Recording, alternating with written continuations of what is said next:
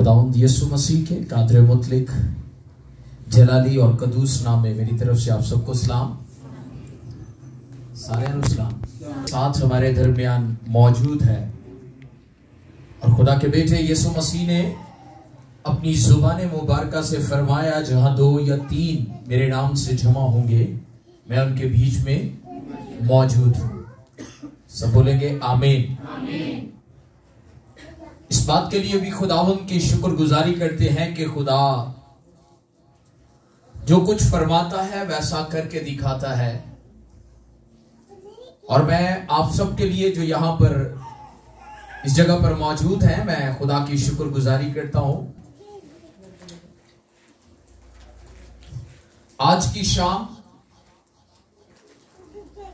किताब मुकद्दस का जो हवाला तिलावत किया जाएगा वो अहद जदीद में से मुकद्दस यूहन्ना रसूल की मार्फत लिखवाया गया यीशु मसीह का अंजीली बयान, उसका 19वां बाब और उसकी 26वीं और 27वीं आयत जो है वो उसको हम देखेंगे। मुकद्दस यूहन्ना रसूल की मार्फत लिखवाया गया यीशु मसीह का अंजीली बयान 19वां बाब। किताब मुकद्दस के अंदर ये मरकूम है, यीशु ने अपनी मां और उस शागिर्द को जिससे मोहब्बत रखता था पास खड़े देखकर मां से कहा, ए औरत देख तेरा बेटा ये है। फिर शागिर्द से कहा कि देख तेरी मां ये है। और उसी वक्त से वो शागिर्द उसे अपने घर ले गया। किताब मुकद्दस का पढ़ा और सुना जाना हम सबके लिए भाई से बरकत हो। आमीन। खुदावंद का कलाम जिस हवाला का चुनाव किया गया या जिस हवाला के बारे में आज मुझे मौका दिया गया कि मैं उस हवाला में से चंद एक बातें जो हैं वो आपके साथ शेयर कर सकूं। यह सिलसिला यीशु मसीह की सलीब पर की जाने वाली गुफ्तगू का है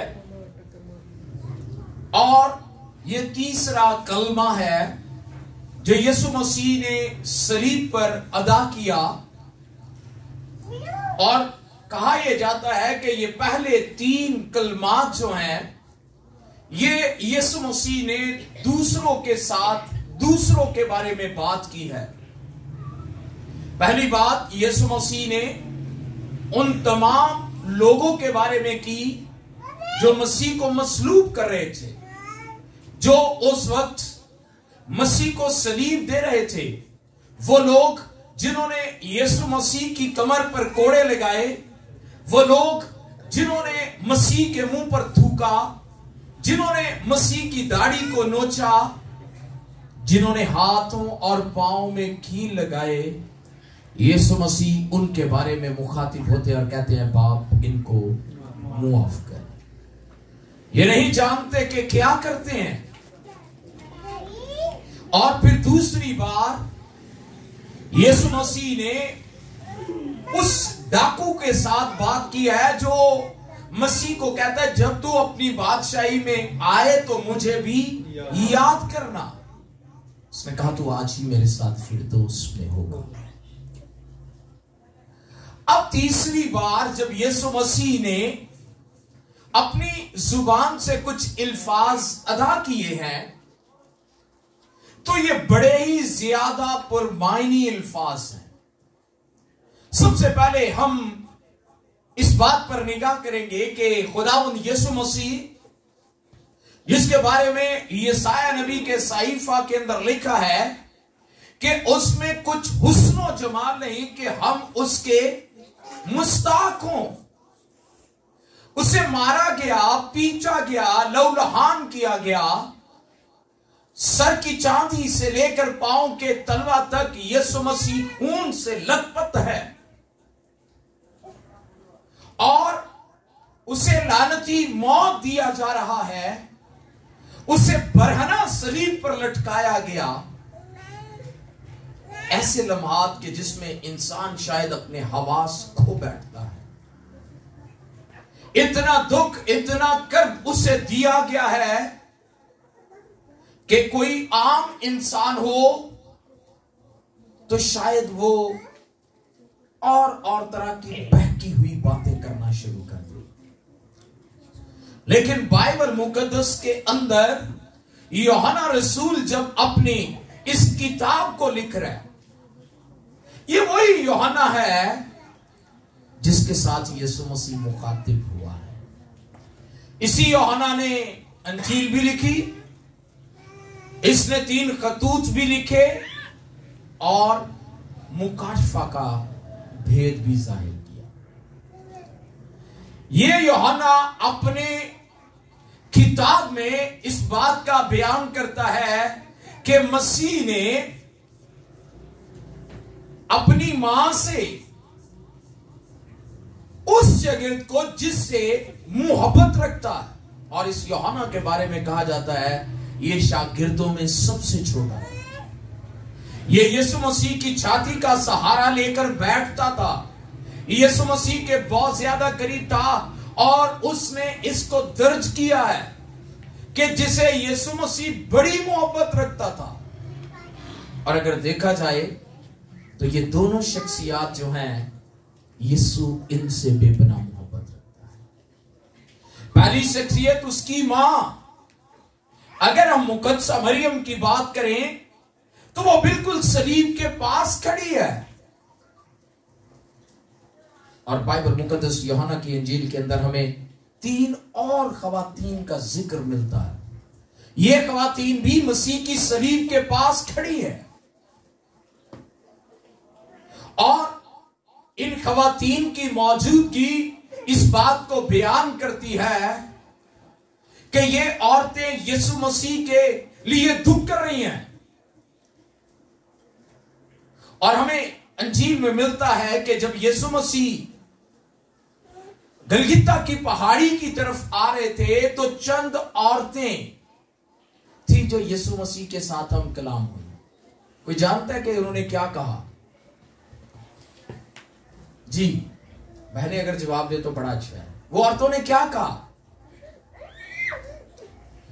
याद रखिएगा, वो औरतें रोती हुई यीशु मसीह के पीछे पीछे चली आती हैं और उसे कहती हैं कि ऐ यीशु हम तेरे लिए रोती हैं।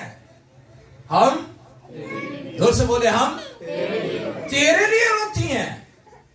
उसने कहा मेरे लिए ना रो, अपने लिए और अपने बच्चों के लिए रो। अगर हरे दरख्त के साथ ऐसा हो रहा है तो सूखे के साथ क्या कुछ न होगा। आज भी बहुत से लोग हैं जो यीशु के लिए रो रहे हैं, यीशु के लिए मातम कर रहे हैं। मखसूस दिन होता है ना, गुड फ्राइडे, सारे काले कपड़े पहने। क्या हो रहा है? हम यीशु के लिए दुख कर रहे हैं। बहुत से लोग हैं, ये इन 40 अय्याम के अंदर जो है वो अपने दुख का, अफसोस का, मातम का इजहार करते हैं। हम यीशु के लिए रो रहे हैं। उसने तो कहा था मेरे लिए ना रो। काश के हम अपनी औलाद के लिए रोएं जो रफ्ता रफ्ता अबदी मौत की तरफ जा रही है। यीशु मसीह ने जब अपनी मां को देखा जो गम से नढाल है और उसका बेटा सलीब पर लटका हुआ है, मां को अपने बेटे के बारे में वो सारी बातें याद आ रही होंगी। जब यीशु मसीह पैदा हुए तो किस तरह गडरिये यीशु मसीह की तलाश करते हुए आ गए घर में। कुछ वक्त गुजरा, तकरीबन 2 साल, तो बादशाहों की मानिंद कुछ लोग सितारे के पीछे पीछे चलते हुए यीशु मसीह के पास आए, उसे गिरकर सजदा किया, अपने तोहफे उसके सामने पेश किए। तो मुकद्दसा मरियम को याद आता होगा कि किसी ने मुल और लुभान भी दिया था। ये काहिन है, बादशाह है, और ये मसलूब होगा। मुकद्दसा मरियम को शमौन की वो बात याद आती होगी कि जब उसने 8वें रोज यीशु मसीह को अपनी गोद में लिया तो कहा कि तेरी जान तलवार से छेदी जाएगी। उसे सब कुछ याद आ रहा है, सामने अपना बेटा सलीब पर लटका हुआ याद आ रहा है, गम से नढाल है, रो रो के बुरा हाल किया होगा। साथ की औरतें उसे तसल्ली देती होंगी, लेकिन वो तसल्ली नहीं पाती। एक मां ही इस दर्द को जान सकती है कि बेटा किस तरह से सलीब का दुख सह रहा है, बदन से लहू निकल रहा है, और उस लहू में भीगा हुआ बेटा। मां बड़ी परेशान है, मां सख्त रंजीदा है, कभी खुद को तसल्ली खुद ही देती होगी। ऐसे में बेटे ने अपनी मां को मुखातिब किया है, और यीशु ने अपनी मां और उस शागिर्द को जिससे मोहब्बत रखता था पास खड़े देखकर कहा, देख। मां से कहा, ए औरत, देख तेरा बेटा ये है। एक मैं तेरा बेटा हूं, तुझे मेरा सहारा था, तू मुझसे प्यार करती थी, अब ये तेरा बेटा है। यीशु मसीह ने यहां पर रूहानी कमियों के साथ साथ जिस्मानी कमी को भी दूर किया है और जिस्मानी रिश्तों को बरकरार रखा है। अच्छा, एक बात और करना चाहता हूं, यहां पर जो एक लफ्ज है ए औरत, इसके बारे में बहुत से लोग इतराजात करते हैं कि जी ये कोई रिस्पेक्टफुल वर्ड नहीं है। ये क्या बात हुई, यीशु मसीह ने कहा ए औरत। ये उर्दू तर्जुमा है, जो यूनानी का लफ्ज है, जो यहां पर यीशु मसीह ने अपनी जुबान से अदा किया। यूनानी जुबान का सबसे मोतबर लफ्ज जो किसी औरत को मुखातिब करने के लिए कहा जाता है। याद रखिएगा, यीशु मसीह ने जहां जहां भी मुकद्दसा मरियम से हटकर औरतों से कलाम किया, वहां उन्हें यही कहा, ए औरत। उन्हें इज्जत से बुलाया है। एक औरत जिसके बारे में लिखा है कि वो ऐन ज़ना के वक्त पकड़ी गई, लोग उसे संसार करना चाहते हैं, यीशु के पास ले आए हैं। यीशु ने उनसे कहा, इन्हें वो पत्थर मारे जिसने कभी गुनाह नहीं किया। और खुद लिख रहे हैं कुछ, सर उठाया है तो सब भाग गए। उसे कहा, औरत, तुझे किसी ने पत्थर नहीं मारा। उसे भी रिस्पेक्ट दे रहे हैं, उसे भी इज्जत से बुला रहे हैं। जिसे मुआसरा दुदकार रहा है, उसे संसार करना चाह रहा है। जब उसे कहा गया कि औरत, तुझे किसी ने कुछ नहीं कहा, उसने कहा नहीं। उसने कहा, मैं भी तुझे कुछ नहीं कहता, दोबारा गुनाह न कर। यीशु मसीह ने अपनी मां के लिए वो अल्फाज का चुनाव किया है जो यूनानी जुबान में सबसे मोतबर अल्फाज है, और उसका तर्जुमा इंग्लिश में ओ लेडी और उर्दू में ए औरत किया गया है। और उसने कहा, देख तेरा बेटा ये है। ये एक फिक्रमंदी का कलमा भी है।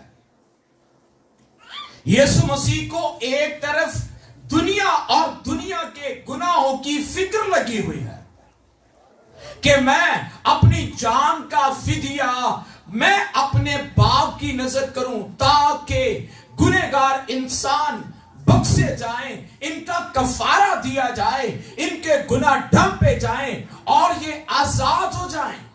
और एक तरफ अपनी मां की फिक्र,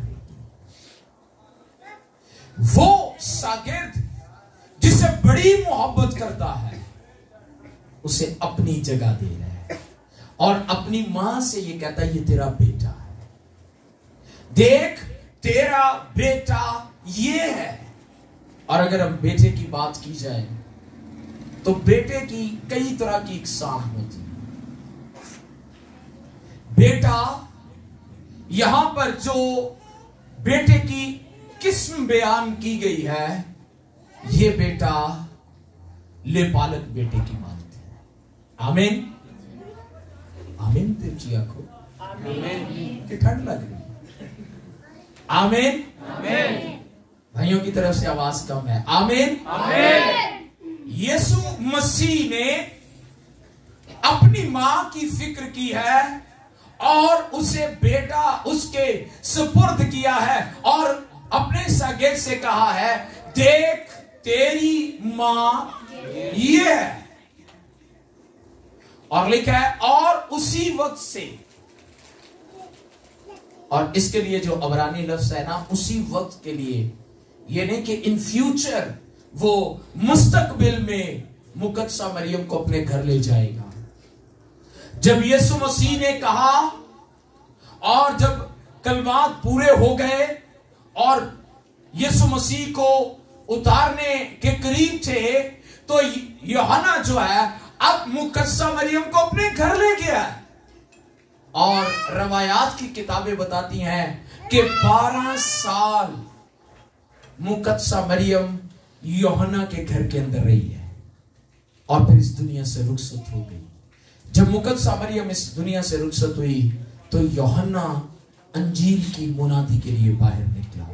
जब तक मुकद्दसा मरियम उसके साथ थी, वो वहीं पर रहा है और उसकी फिक्र करता रहा है, उसके साथ साथ रहा। सो ये अल्फाज इस फिक्रमंदी का आलम हमें बताता है कि यीशु मसीह एक पाक कामिल इंसान और खुदा था। खुदा के तौर पर इंसान की बख्शिश का बंदोबस्त किया है और कामिल इंसान के तौर पर अपने रिश्तों को, नातों को बरकरार रखा है। मसीह का सलीब पर बयान करना आपके लिए और मेरे लिए क्या मायने रखता है? आइए कुछ देर मसीह के इन अल्फाज और इस अमल का इत्तलाक अपनी जिंदगी के अंदर करें।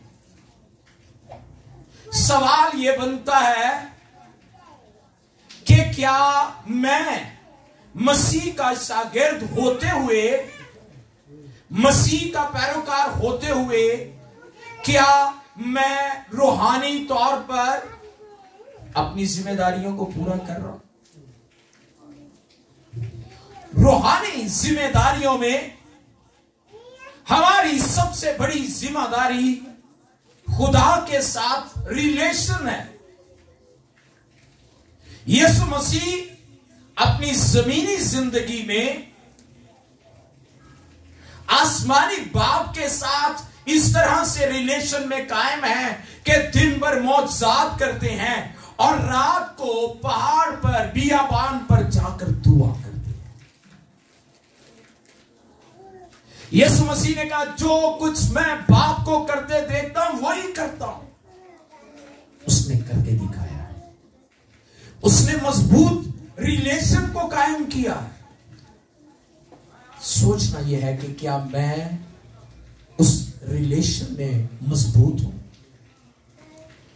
नंबर 2, क्या मैं जमीनी खानदानी रिश्तों को निभा रहा हूं? क्या मैं खानदानी रिश्तों में परवान चढ़ रहा हूं? क्या मैं अपने घराने की फिक्र कर रहा हूं? क्या मैं अपने रिश्तों का तकद्दुस कर रहा हूं? आज हर एक मसीही से खुदा इसी बात का तकाजा करता है। यीशु मसीह ने ये बात करके दिखाई। मैं कभी कभी सोचता हूं, अगर यीशु मसीह मुकद्दसा मरियम को ना भी किसी के सुपुर्द करते तो शागिर्द जितने भी थे वो सब ये समझते थे कि अगर ये यीशु की मां है तो हमारी मां है। वो सब उसकी ताबेदारी करते, वो सब उसे संभालने के लिए तैयार होते। लेकिन मसीह ने सलीब पर हमारे रिश्तों का तकद्दुस बरकरार रखा है और उसने अपनी मां की फिक्र की है, क्योंकि मां से प्यार करता है। उसने मां को छोड़ा नहीं, मां को इग्नोर नहीं किया, उसने रिश्तों की फिक्र की है।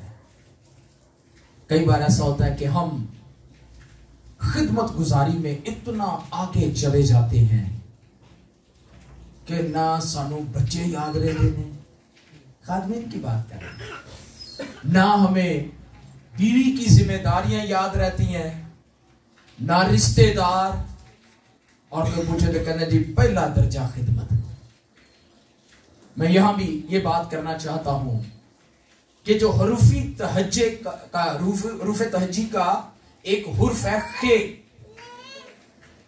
3 खे है और उनकी तरतीब इसी तरह से होनी चाहिए।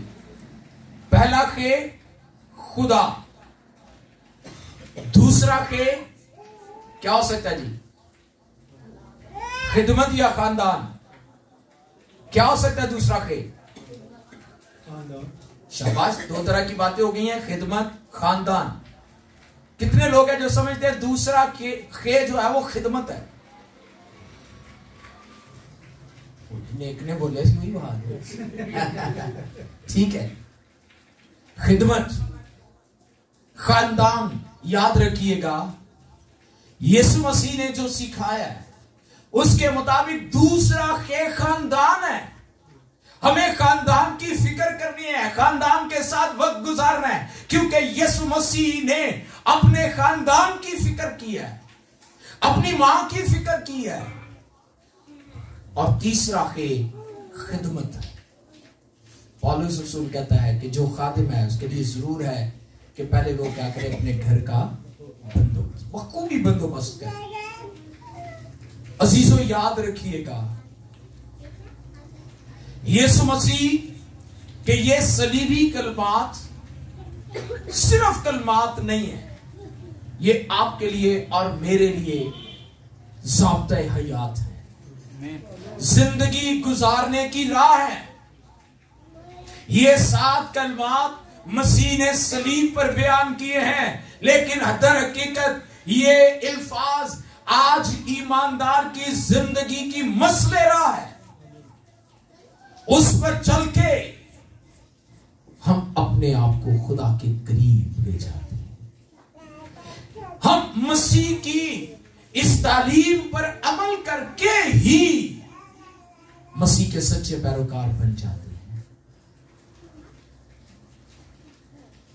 एक सवाल है मेरा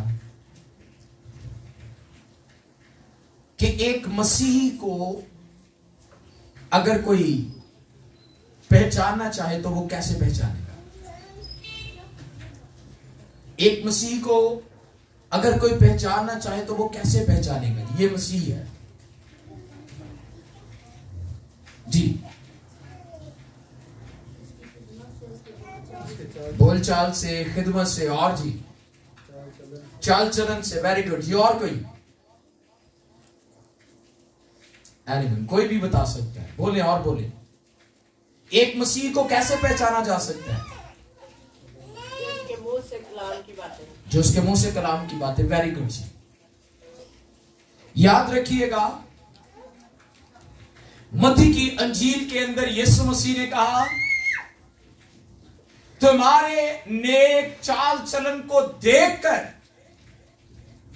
लोग तुम्हारे आसमानी खुदा की तमजीद करेंगे। आमीन। एक मसीह का चाल चलन, नारे पावे मारो पावे ना मारो। कई लोग हैं वो नारों पर जोर रखते हैं, नारे मारी जाओ, तालियां बजाई जाओ, गीत गाई जाओ, लेकिन जब प्रैक्टिकल की बात तो पीछे हो जाए। नहीं नहीं नहीं, नहीं। पादरी साहब का काम है, भाई रफीक का काम है, करे साढ़े को। हर एक मसीह के लिए जरूरी क्या है कि वो अपने किरदार से, अपने नेक अमाल से, अपनी गुफ्तगू से मसीह का जलाल जाहिर करे। दुनिया के लोग भी नेकी की तलकीन करते हैं। वो नेकी क्यों करते हैं? कभी गौर किया? वो नेकी की क्यों तलकीन करते हैं? क्या वजह हो सकती है? क्यों जी, कभी सोचा है? दिखावा भी हो सकता है, यह भी हो सकता है कि हमें जन्नत में जगह मिल जाए, जिसे हम हमेशा की जिंदगी कहते हैं। लेकिन आप और मैं क्यों नेकी करें? हम तो इस चीज के लिए नेकी नहीं करते। हम फिर क्यों नेकी करते हैं? जिस चीज को पाने के लिए वो लोग नेकी करते हैं, हम उस चीज को पाकर नेकी करते हैं। आमीन। हम हमेशा की जिंदगी के वारिस बन जाते हैं, रूह के फल मिल जाते हैं। तो रूह के फलों में एक फल नेकी भी है। आमीन। हमें क्या करना है? हमें अपनी जिंदगी से, अपने नेक चलन चाल चलन से, अपनी गुफ्तगू से, अपने किरदार से ये जाहिर करना है हम मसीह के पैरोकार। मसीह की तालीम हम में नजर आनी चाहिए। अगर तो ये नजर आती है तो यीशु मसीह का सलीब पर कलमे बोलना एक ईमानदार के लिए फायदेमंद है। अगर नहीं तो ये महज एक रस्म है। वो टाइम आने वाला है, लोग एक दूसरे के पांव भी धोएंगे और पूरा साल फिर गंदे होना से छड़ देंगे। साल में एक बार धोते हैं, फिर पूरा साल पैर गंदे हों, फिर साल बाद कमांगे लाओ भाई जरा पैर तो ये। अगर हम मसीह की तालीम के मुताबिक अमल नहीं कर रहे, यहां आज हमारा मौजू यही है कि मसीह ने रूहानी तकाजों को भी पूरा किया है और जिस्मानी तकाजों को भी पूरा किया। उसने बाप के साथ भी रिलेशन रखा है, उसने अपनी जमीनी मां के लिए भी फिक्र की है, अपने शागिर्द की फिक्र की है। और मैं समझता हूं यूहन्ना के लिए तो ये बहुत बड़ा एजाज होगा कि यीशु ने उसे कहा ये तेरी मां है। ये उसके लिए बहुत बड़ा प्रिविलेज है, इस्तेकाक है। वो अपने अंदर बड़ा फख्र महसूस करता होगा कि मेरे मसीह ने जो मुझसे बड़ी मोहब्बत करता है, मेरी मोहब्बत को और ज्यादा बढ़ा दिया है अपनी मां की जिम्मेदारी मुझे देकर। अगर आप पढ़े ना पिछली आयत में, तो ये मुकद्दसा मरियम के बारे में लिखा है, उसकी मां की बहन भी वहां पर मौजूद थी, लेकिन उसने उनके सुपुर्द नहीं किया। और रिश्तेदार भी होंगे और जानने वाले भी होंगे, सारे थे यीशु के खिलाफ नहीं खलोते ना, कहीं इसको प्यार करने वाले भी खड़े थे, लेकिन उसने यूहन्ना का चुनाव किया क्योंकि वो यूहन्ना से मोहब्बत करता है। अब इतना वक्त नहीं कि मोहब्बत की डेफिनेशन की जाए, लेकिन याद रखिएगा ये मोहब्बत अगापे मोहब्बत है। आमीन। अगापे मोहब्बत बेलौस मोहब्बत है, बगैर किसी तकाजे के मोहब्बत है। और इसी मोहब्बत के बारे में यूहन्ना ने अपने खतूत पहले खत के अंदर ही कहा कि अगर कोई खुदा से मोहब्बत नहीं रखता तो वो खुदा को जानता नहीं है, क्योंकि खुदा मोहब्बत है। खुदा मोहब्बत है। यूहन्ना की इंजील 3 बाब 16वीं आयत किसी को आती है? Very good. क्योंकि खुदा ने दुनिया से ऐसी मोहब्बत रखी है कि उसने अपना इकलौता बेटा बख्श दिया है, ताकि जो कोई उस पर ईमान लाए हलाक ना हो बल्कि हमेशा की। यानी खुदा की मोहब्बत हलाकत में से जिंदगी पैदा करती है। यही वो मोहब्बत अगापे मोहब्बत है, बेलौस मोहब्बत है, बगैर किसी गर्ज के मोहब्बत है, जिसमें ये लफ्ज मोहब्बत का जिक्र किया गया है।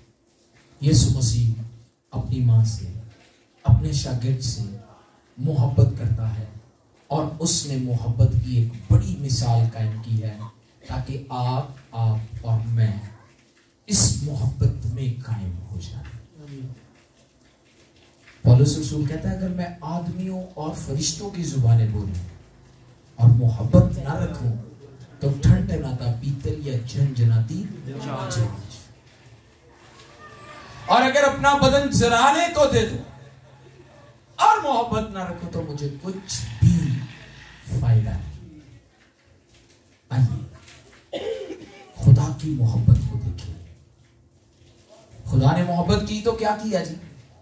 अपना बेटा दिया। आमीन।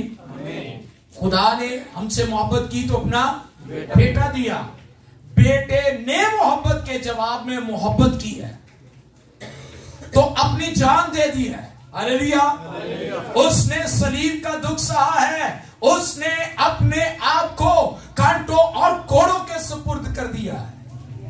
अब वो आपसे और मुझसे मोहब्बत का तकाजा करता है। हमें क्या करना है? उसकी मोहब्बत में पौलुस रसूल कहता है ऐ भाइयों खुदा की रहमतें याद दिलाकर मैं तुमसे इल्तमास करता हूं कि अपने बदन ऐसी कुर्बानी होने के लिए पेश करो जो जिंदा, पाक, बेऐब और खुदा को पसंदीदा है। यही तुम्हारी माकूल इबादत है। आइए आज अपने बदन कुर्बान होने के लिए पहुंचे। अपने आप को परखिएगा, क्या मैंने अपनी जिंदगी यीशु को दी है? क्या मैं मसीह के साथ ताल्लुक के अंदर मजबूत हूं? अगर नहीं तो आज अपने आप को परखना है। आइए आंखें बंद कीजिएगा। कुछ देर के लिए सब अपनी आंखें बंद कर लें और दुआ करना शुरू